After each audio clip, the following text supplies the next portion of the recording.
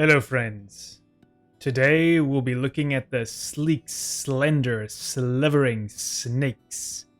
The lady beast tribe that makes you think, how are they standing upright like that? The very second you see them. Today we'll be looking at the lady-topped linguini that are perpetually doing scopes. Today we'll be looking at the Ananta. Hello buddy. Guess what? We're doing an Ananta video. You know what that means? That means you gotta be in it. Yeah? The Ananta. They're what you get when you take a fashion supermodel but force her to wear a single sock that goes all the way up to her waist. Like, honestly, they look so weird.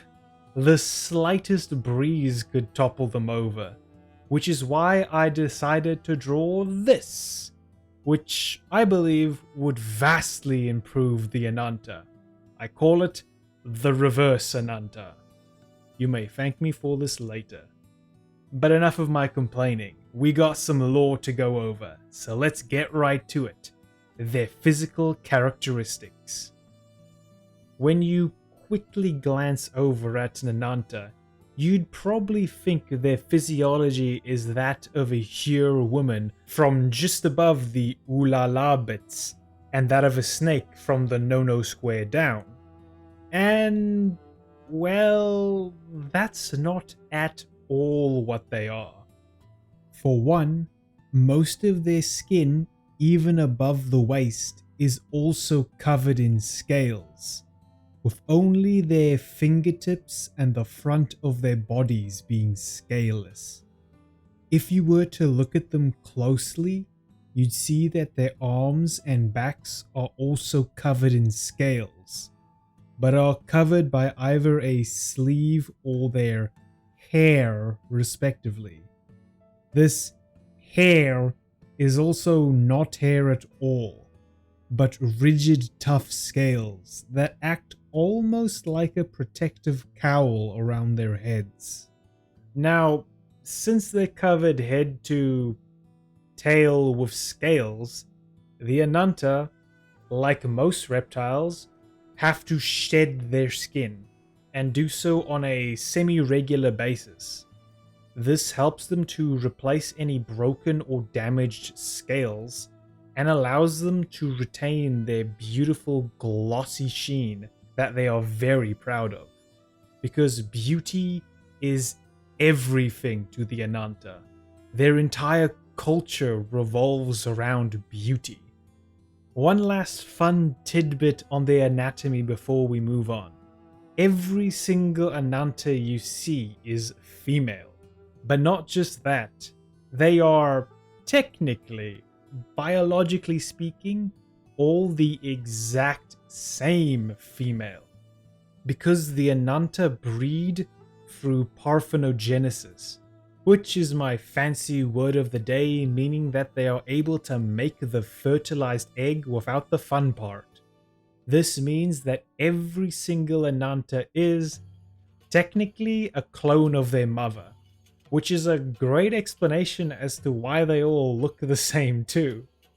This self-cloning reproduction gives them some fun cultural quirks.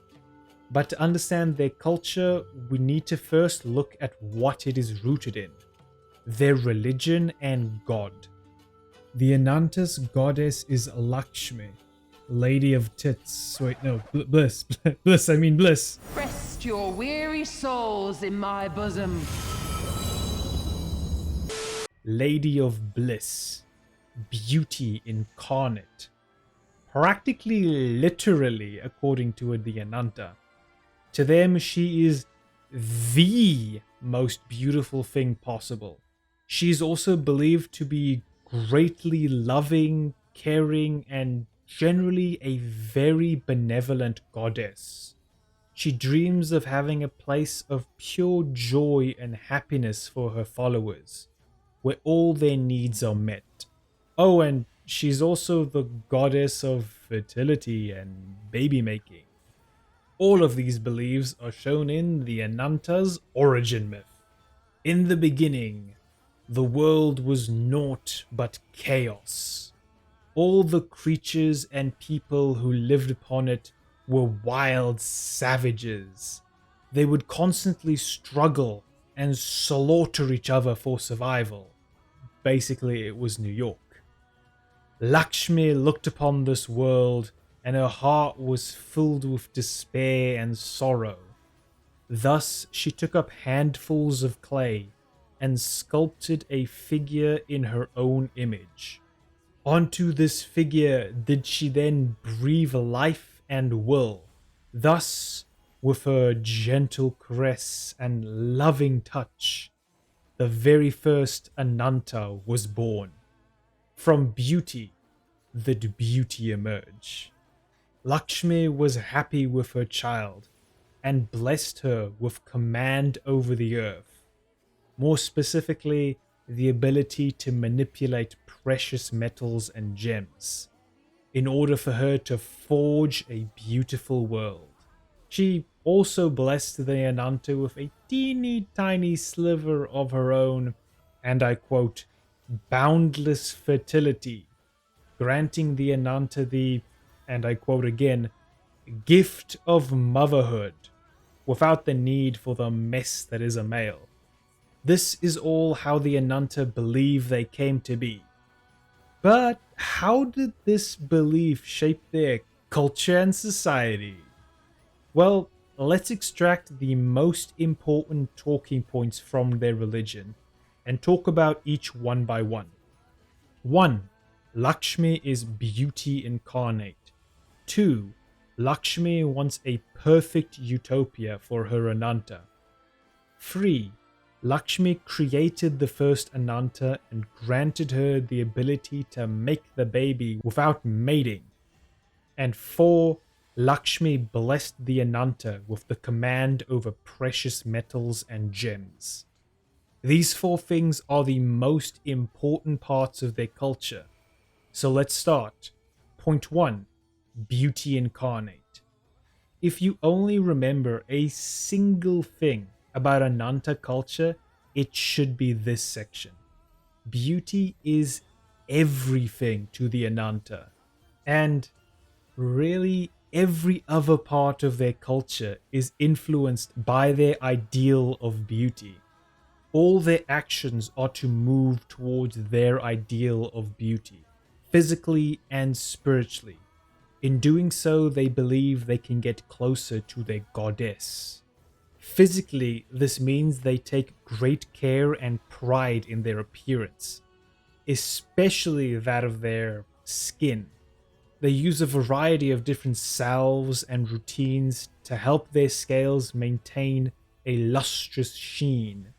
They spend hours upon hours every day perfecting their body, and in doing so, they believe they honor their goddess. Fun fact, this fixation on beauty has led to Ananta myths about some wild creatures they live around, such as the Bahot. Ananta myth says that any who so much as brushes against the rags of a Bahot will be cursed. Their hair will melt away, their scales will rot, and their eyes will fade to a milky white. For the Ananta, who cherish beauty above all else, this is worse and far more terrifying than just dying. So this creature is the stuff of nightmares for them. Point 2. Perfect utopia for Ananta. The Ananta have existed in the Gyr Abania region's mountains for as far back as our recorded history. They've always been there. This is their homeland. They have zero interest in expanding or going anywhere else. Quite simply, this is where Lakshmi created them, and this is where they will build their utopia. Their utopia. The Ananta utopia. The Ananta very much have an us and them mentality in their culture. The Ananta and the Striders. Historically, they also want nothing to do with the Strider group. They weren't openly hostile, but held the policy of you ignore us, we'll ignore you, and lived in self-isolation. For the most part. Because the Ananta have broken their own policy a few times. And ironically, it's often to actually help others who are near their territory. For example, long ago, the Ananta saved a group of Near Eastern travelers who were attacked while traveling past their territory. These travelers were so thankful to the Ananta that they gifted them a few married calves, and even stayed with the Ananta for a short while to teach them how to care and raise these elephants. This is how the Ananta received and domesticated an animal that isn't even native to their region. Fun fact, these travelers were almost certainly from Favnir, because that's where the Merid is native to. Thus, these travelers were quite possibly Matanga. Both the Matanga and Ananta are named and inspired after things in Hinduism and Indian culture. And I just thought it was kinda neat that two races that are inspired by / take from the same real world culture interacted and got along really well. Point 3. Birthed from one Ananta. So, the Ananta, as we've discussed, do not reproduce like the other races do. And they're actually very aware of this. They know what falling in love is and partnership, but they just don't get it. To the Ananta, it's all just so tiresome, complicated, and demanding. A relationship beyond friendship is an unnecessary and frivolous distraction. Just lay an egg and have a daughter. No messy man to deal with. And according to my girlfriend, they may be onto something. Point 4. The Ananta's command over precious metals and gems. The Ananta are expert gem crafters and goldsmiths. Perhaps even the best in the world. But they do not craft their goods like every other race does. They do not use a forge or hammers when molding their metals. They use an ancient magic that is passed down through their generations, and one that they claim to be a direct gift from Lakshmi herself. This magic somehow draws the metal straight out of the stone and allows them to mold it into any form they are thinking of. How exactly this magic works is unknown to everyone but the Ananta, and it is also their most closely guarded secret. And it's not like the other races haven't tried to figure it out either. Crafters from both the Alchemist Guild and Goldsmith Guild have gone over Ananta crafted goods to try and figure out how they do it, but all they could figure out is that the minerals and gems the Ananta use in their jewelry is near perfectly pure, and that the designs are incredibly delicate, organic, and intricate. Stuff that's pretty much impossible to create through conventional crafting methods. Due to this, Ananta jewelry is considered the best in the world. Nothing comes even close to their design purity and quality. Though, really this should be of no surprise when the Ananta's entire culture revolves around being as beautiful as possible. This jewelry also holds spiritual significance to them. They see the jewelry as a reflection of the wearer's soul. Thus, all Ananta decorate their bodies with jewelry to enhance their beauty and thus grow even closer to their goddess. Additional secret point 5, because I couldn't fit it in anywhere else. Ananta leadership. The Ananta are led by what they call a brood mother, which is basically a queen, as she inherits the position through family bloodline and has complete control over her people. Funny enough, the current Ananta broodmother claim her bloodline is traceable all the way back to the original Ananta, and that is why she has the right to rule. Though, when you just stop and think about it, every single Ananta would be able to trace their bloodline back to this OG Ananta. Because if their origin myth is to believe, they are all children of this original Ananta. Unfortunately though, or fortunately if you're this broodmother, most of the other Ananta have not been able to put this one and one together. Now, all that I've just gone over is how the majority of the Ananta live. But recently their culture has gone through a great shift away from their isolationist tendencies, thanks to the naughty Garleans invading and conquering Alamigo, therefore now conquering and occupying the lands the Ananta live in.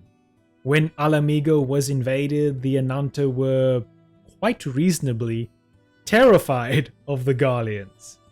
Even though they are isolationists, they still keep an eye on what's going on around them, and thus they knew the Garleans saw them as little more than beasts fit only for annihilation. Yeah, they were quite a bit worried and panicked about the possibility of being carpet bombed.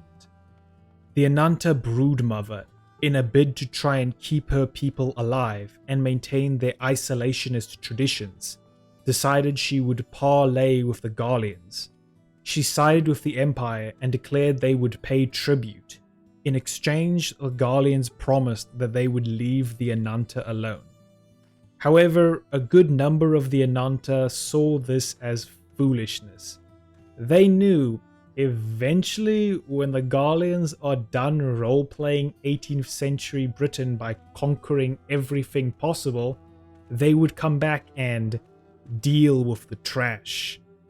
For the first time in their history, some of the Ananta disobeyed their broodmother. A great schism occurred and two Ananta tribes formed. There was the larger tribe, those Ananta who stayed loyal to their broodmother and live in the traditional historical ways I've already described. These Ananta named themselves the Kulyana tribe, the beautiful tribe in their language, after what they call their village. They wear blue, and this is their symbol. The much smaller tribe call themselves the Vira tribe, the brave tribe in their language.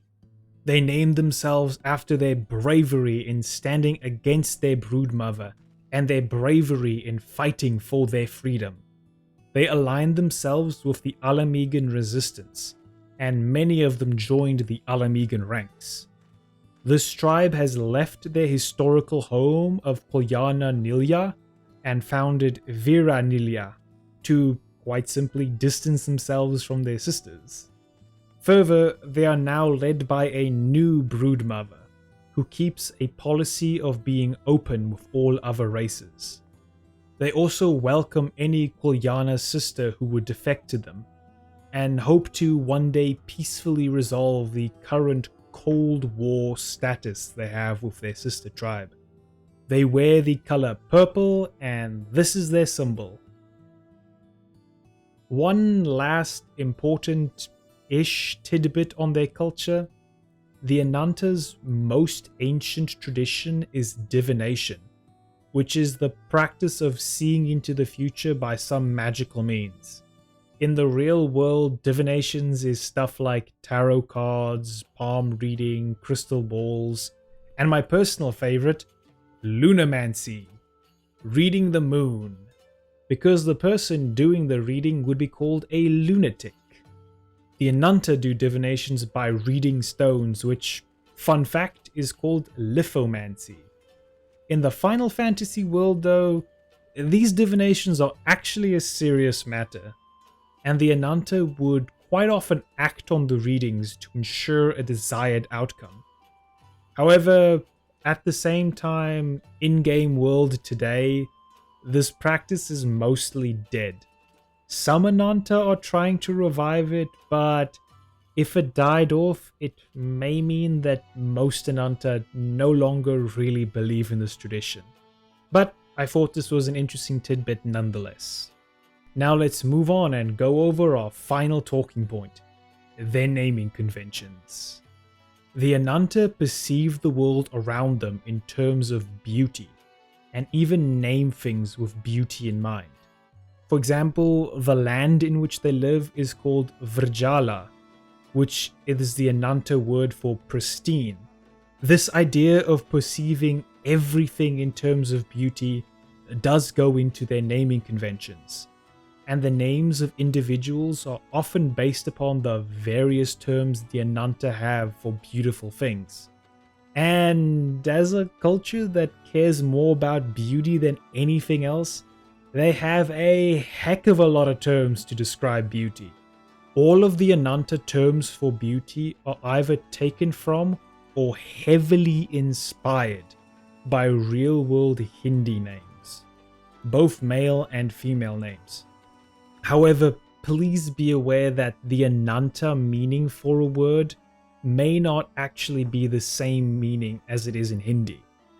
Ananta names include Ishana, Manik, Vajra, and Alpa. As for their surnames, they don't have any.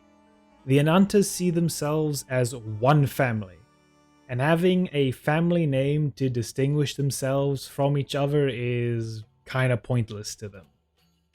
And with that, we draw our look at the Snek Lady Ananta to a close. There was one section that got cut out of this video, their diet, which is that they're just standard omnivores with a tradition of putting mushrooms in their meals for flavors. I'm still very disappointed that they don't unhinge their jaws like snakes.